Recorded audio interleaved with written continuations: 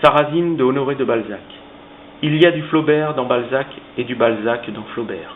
Ces deux-là affectionnent particulièrement le manteau écarlate des princes de l'Église. Ils nous dépeignent ces ministres davantage comme des mondains plutôt que comme des saints.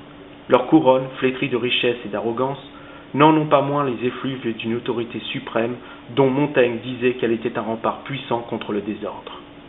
Effectivement, Honoré de Balzac fait du rôle du cardinal Ciccioniara un commanditaire meurtrier. Sarrasine, le sculpteur, en fera les frais après avoir sculpté une statue à l'image de la chanteuse d'opéra Zambinella dont il sera éperdument amoureux. Girodet s'en inspira pour son Endymion, du moins d'après une copie que la famille Lantry fit faire. On ne peut ici rien dévoiler de l'intrigue, sans noyer l'envie de s'y plonger, mais il faut savoir qu'elle est plus que pertinente tant elle reflète un comportement qui est aujourd'hui plus que toléré, et même encouragé, au point que la chirurgie s'en est faite une spécialité.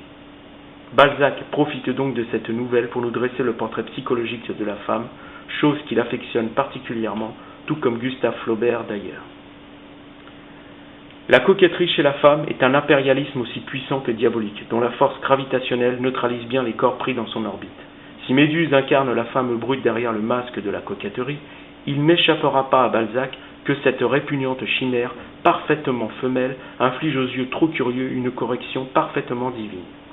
Gorgone est donc cet avertissement métaphorique dont Balzac traduira dans cette seule phrase « Sarrasine dévorait des yeux la statue de Pygmalion ». Page 37. Ainsi, avec souplesse, Balzac enfonce le clou, le mot froid, une phrase plus loin, souligne la pétrification de Sarrasine. Si la rigidité est évoquée de la sorte, elle rappelle inévitablement la froideur du cadavre et du marbre dans lequel sera façonnée la Zambinella, l'amour de Sarrasine. Mais Balzac, plus rigoureux encore, achève la métaphore avec une délicieuse image tout aussi psychanalytique que suggestive. En effet, le style du maître est presque indécent tant la colonne sur laquelle est appuyée Sarrasine, à la page 39, joue ici parfaitement son rôle libidinal. Et ainsi, pour achever son expression gorgonesque, Balzac, dans une toute petite phrase de 4 mots, fige définitivement Sarrasine en statue. La passion l'avait foudroyé.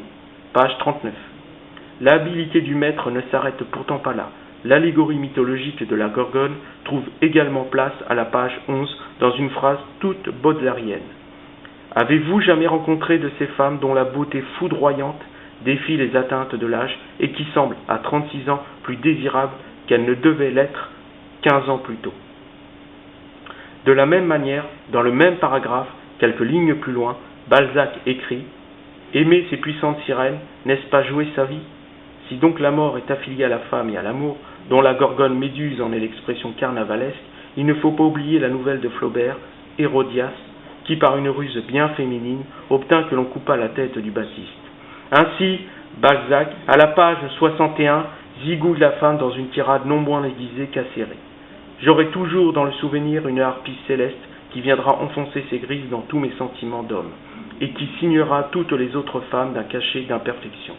Monstre, toi qui ne peux donner la vie à rien, tu m'as dépeuplé la terre de toutes ces femmes. On pourra alors aller repêcher la nouvelle de Machiavel, dans laquelle la plupart des damnés ont trébuché à cause des femmes. Il faudra rappeler d'ailleurs à ce propos le piège à con que représente la coquette, qui, depuis Ulysse, n'en est pas moins devenue aussi vicieuse que les sirènes qui ont tenté de l'envoûter. Si Machiavel a vu dans les femmes des désagréments insurmontables et des dangers quasi inévitables, Balzac affirme, quant à lui, que l'assistance du diable dans cette histoire-là n'est pas négligeable.